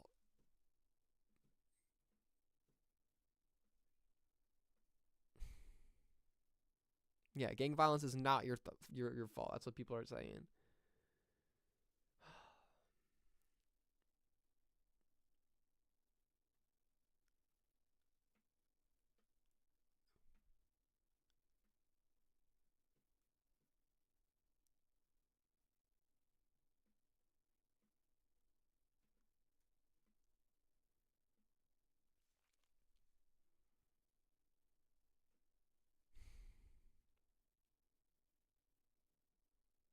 Can you randomly check if you're outside at night? Getting released at the hospital without having you there for at least a couple days for IV antibiotics? Your country is weird. Yeah, man, America might not be it, bro.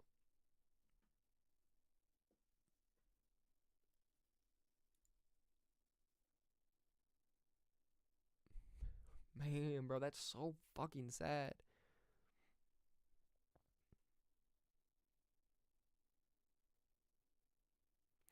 Hey man, I was also shot at in a robbery gone wrong, which resulted in the death of my mom right in front of me.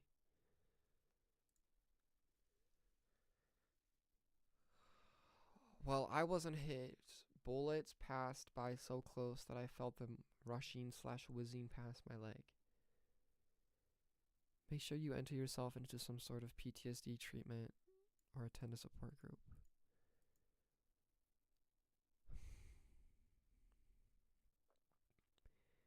I attend a homicide survival group in my state, and I found them to be very therapeutic because unfortunately most people can't relate to being shot at or seeing your family taken away.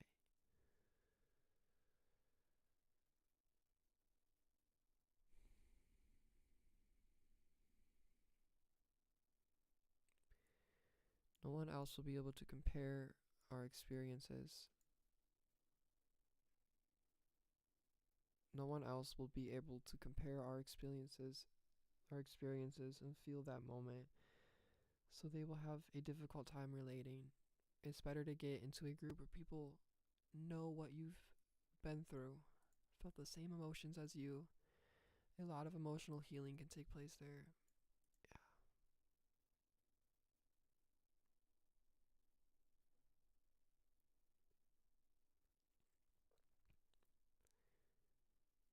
Yeah, as a European, oh my god, as a European, hearing you explain how this was kind of your fault is just unreal and heartbreaking. So other countries don't gotta worry about that shit. They can just go out at night. Damn, my voice, what is happening now? Am I cooked? I don't understand. Why do I sound like this? Please? Help me? So, that was a very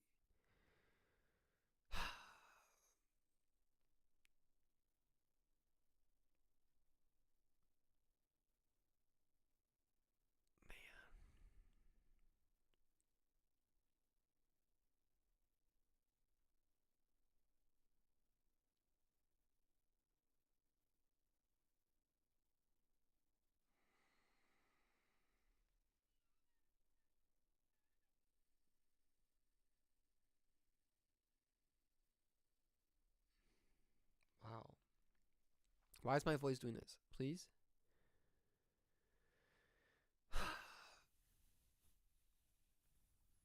Okay, so I'm probably gonna shower and then I'll come back and record or something like that. But I low-key gotta plan stuff. I don't really know. But that was a very intriguing video. I messed with that.